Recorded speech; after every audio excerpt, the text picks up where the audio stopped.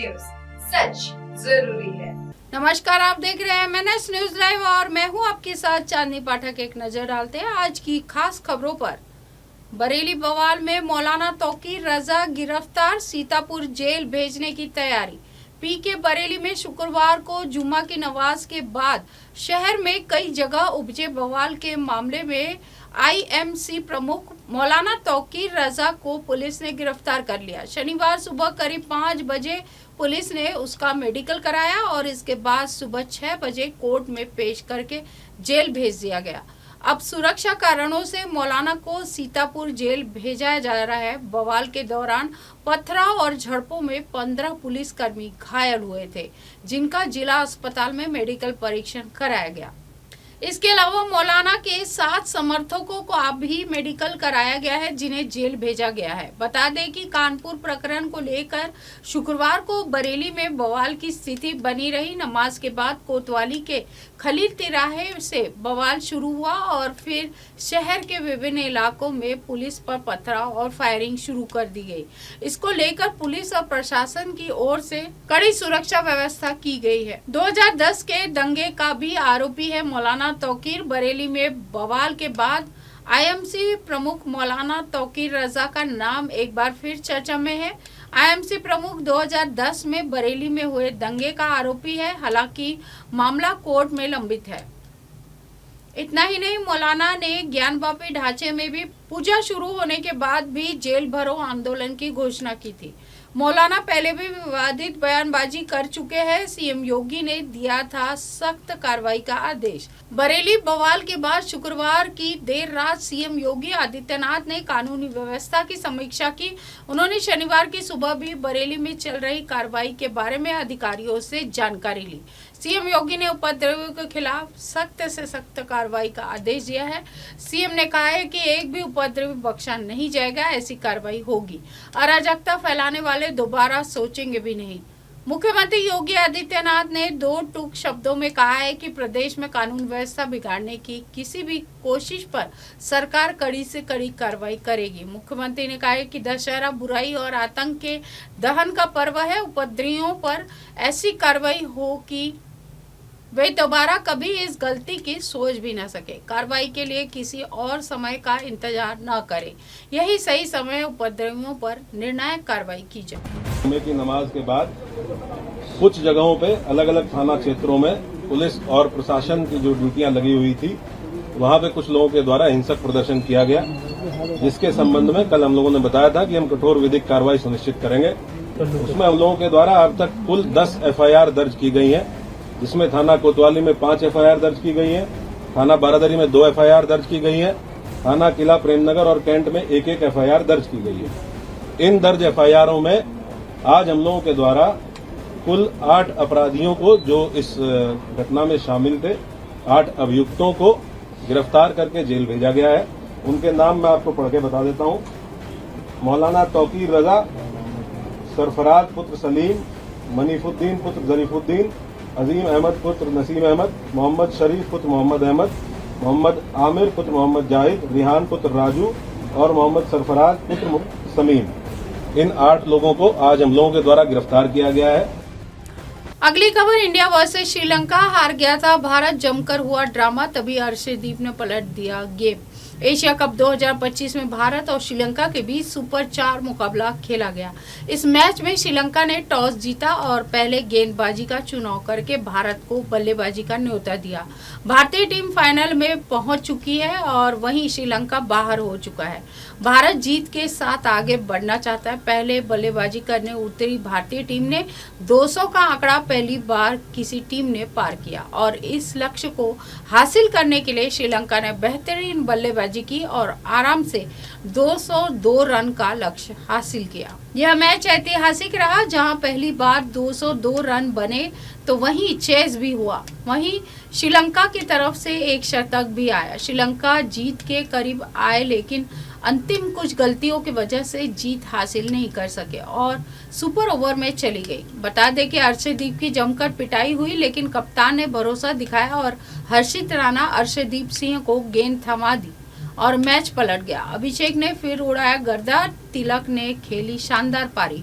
पहले बल्लेबाजी करने उतरी भारतीय टीम के तुरंत दोनों ओपनर अभिषेक शर्मा और शुभमन गिल दोनों मैदान में उतरे, लेकिन गिल ज्यादा देर तक टिक नहीं सके और जल्द ही कैच आउट तीक्ष्ण के गेंद पर हुए और उन्होंने ही कैच भी पकड़ा, लेकिन अभिषेक ने वही शो जारी रखा। पहले बल्लेबाजी करने उतरी भारतीय टीम ने ओपनर अभिषेक शर्मा ने एक बार फिर ताबड़तोड़ अंदाज में बल्लेबाजी की। उन्होंने 22 गेंदों पर अर्धशतक जड़कर 50 की हैट्रिक लगाई। लगातार बल्ले से रन निकल रहे थे।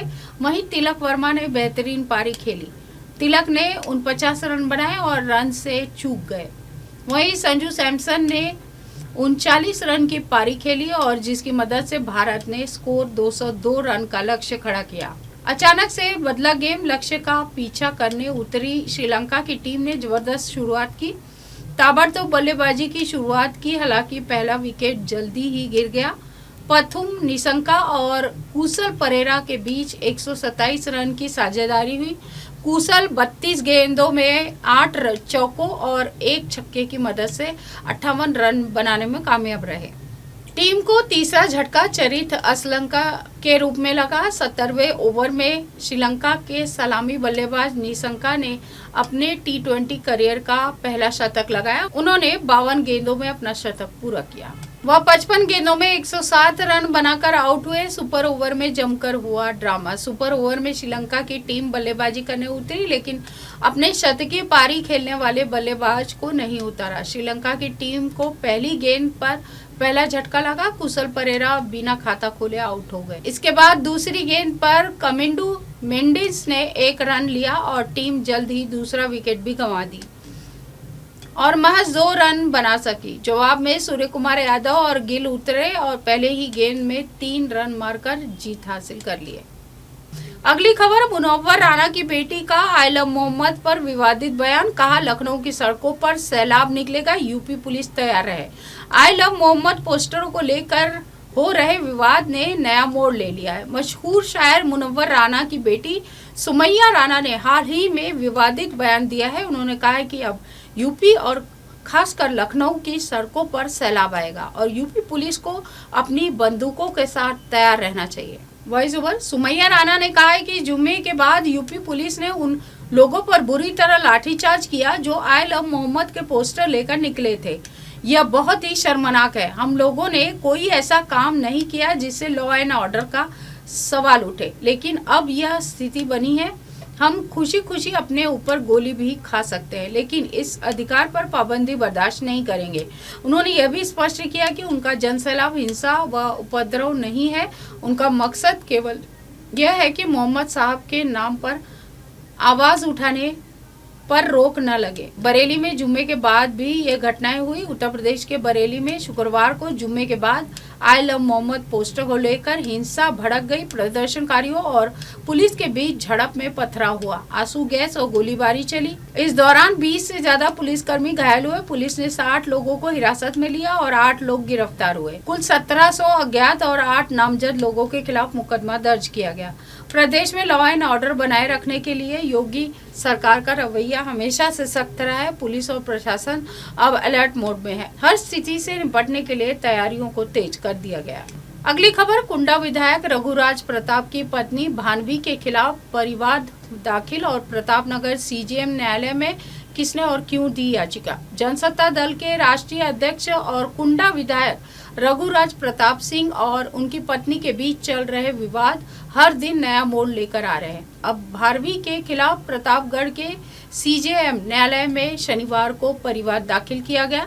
जनसत्ता दल के वरिष्ठ नेता एमएलसी अक्षय प्रताप सिंह गोपाल पर भानवी कुमार द्वारा अमर्यादित बयानबाजी के विरोध में सीजेएम न्यायालय प्रतापगढ़ में शनिवार को परिवाद दाखिल किया गया। न्यायालय ने 8 अक्टूबर को इसकी अगली सुनवाई की तैयारी तय की है। पूर्व प्रमुख की पत्नी ने दाखिल की याचिका। कुंडा के बचरौली निवासी पूर्व प्रमुख और रघुराज प्रताप सिंह के समर्थक बबलू सिंह की पत्नी अरुणा सिंह ने अपनी याचिका में कहा है कि 18 सितंबर 2025 को भानवी कुमारी ने उनके वरिष्ठ नेता व कई बार के एमएलसी अक्षय प्रताप के बारे में अमर्यादित व तथ्यहीन बातें पोस्ट करके छवि बिगाड़ने का प्रयास किया है। इससे जनसत्ता दल के कार्यकर्ताओं और रघुराज प्रताप सिंह के समर्थकों को धक्का लगा। सीजेएम ने याचिका स्वीकार की है। 8 अक्टूबर को इस पर बयान होगा। परिवार शिकायत दर्ज कराने वाली अरुणा के अधिवक्ता राजकुमार सिंह के मुताबिक सीजेएम ने अरुणा सिंह की याचिका स्वीकार करके बयान के लिए 8 अक्टूबर की तिथि तय कर दी है। भक्तों के हाथ फिर लगी निराशा। बदायूं से माता पूर्णागिरी देवी के दर्शनों के लिए बस सेवा नहीं। माता पूर्णागिरी देवी के दर्शन करने वाले श्रद्धालुओं को इस बार मायूसी हाथ लगी है। उनके लिए परिवहन निगम की ओर से रोडवेज में बस सेवा नहीं चलाई जा रही है और न ही रोडवेज शुरू होने के अनुमान है। इस बार भी बदायूं के श्रद्धालु ट्रेन पर भरोसा जताएंगे और माता पूर्णागिरी के दर्शन कर पाएंगे। प्रत्येक वर्ष उत्तराखंड में माता पूर्णागिरी देवी का मेला लगता है और यहाँ से हजारों श्रद्धालु दर्शन करने के लिए जाते हैं। इसके लिए रेलवे की ओर से एक स्पेशल ट्रेन भी चलाई जाती है जो कासगंज तक संचालित होती है। ट्रेन पर ही भरोसा जताएंगे। बदायूं के श्रद्धालु कासगंज और आसपास जिले के तमाम श्रद्धालु रोडवेज बसों और ट्रेनों में सवार होकर माता पूर्णागिरी देवी के दर्शन करने जाते हैं। हर साल यहां से रोडवेज बसों का भी संचालन किया जाता रहा है, लेकिन पिछले कई साल से बदायूं डिपो की ओर से रोडवेज बस का संचालन नहीं किया जा रहा है।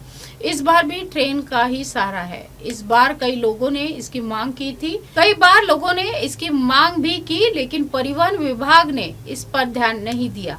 इसकी वजह से बदायूं के श्रद्धालु को मायूसी हाथ लगी और उन्हें केवल ट्रेन से यात्रा करनी पड़ रही है।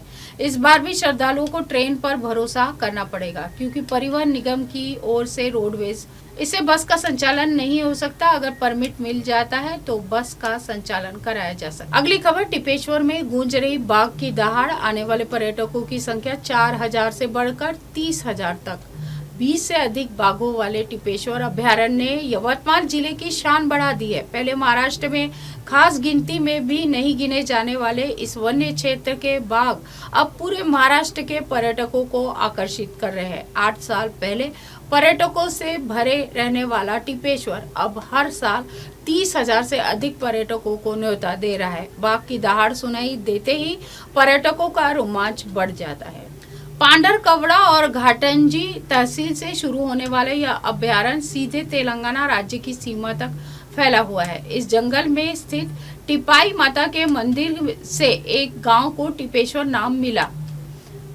अब यह गांव अभयारण्य के भीतर आने के कारण पूरे अभयारण्य का नाम ही टिपेश्वर बन गया है। 148 वर्ग किलोमीटर क्षेत्र में फैले इस अभयारण्य में वन संपदा तो है ही, साथ ही यहाँ के बाघों ने महाराष्ट्र की नहीं बल्कि पूरे देश का ध्यान खींचा है। यहाँ पर बाघों की संख्या बढ़ी है। यहाँ पर्यटक रानगवा, तेंदुआ, रोही, जंगली सुअर और मोर भी आसानी से देखने को मिलते हैं। कुछ साल पहले यह अभयारण्य ज्यादा प्रसिद्ध नहीं था, लेकिन हाल ही के वर्षों में पांडर कवड़ा वन विभाग ने यहाँ जैव विविधता के प्रति व्यापक जागरूकता अभियान चलाया था। आसपास के गांव के लोग अब सजग हो गए हैं। इससे आने वाले पर्यटकों के लिए खाने और रहने की सुविधाएं भी बेहतर हो गई है। अभयारण्य में नियमित रूप से बाघों की संख्या बढ़ने की जानकारी दर्ज की जा रही है। वर्तमान में यहाँ 20 से अधिक बाघ है। हाल ही में देश भर में विभिन्न अभयारण्यों का मूल्यांकन किया गया, जिसमें टिपेश्वर को उत्कृष्ट प्रबंधन के रूप में उच्च श्रेणी दी गई। इसके साथ ही उसे व्याघ्र प्रकल्प का दर्जा भी देने के लिए सिफारिश की गई है। यही वजह है कि पूरा महाराष्ट्र टिपेश्वर के प्रेम में पड़ गया है। टिपेश्वर अभयारण्य के बिल्कुल पास केलापुर में माता जगदम्बा का प्राचीन मंदिर है। महाराष्ट्र और तेलंगाना के हजारों भक्त इस मंदिर में श्रद्धा के साथ आते हैं। यहाँ नवरात्र उत्सव बड़े भक्तिपूर्ण वातावरण में मनाया जाता है। मंदिर संस्थान ने यहाँ प्राकृतिक बगीचा और पुस्तकालय भी विकसित किया है। इस वजह से टिपेश्वर के साथ साथ यह स्थान भी पर्यटकों के लिए एक शानदार पिकनिक और धार्मिक स्थल भी बन गया है। इसी के साथ देश और दुनिया की तमाम खबरों के साथ बने रहें और देखते रहें MNS न्यूज लाइव। नमस्कार। हाय हेलो नमस्कार, मैं हूं पंकज विष्णु और आप देख रहे हैं MNS न्यूज।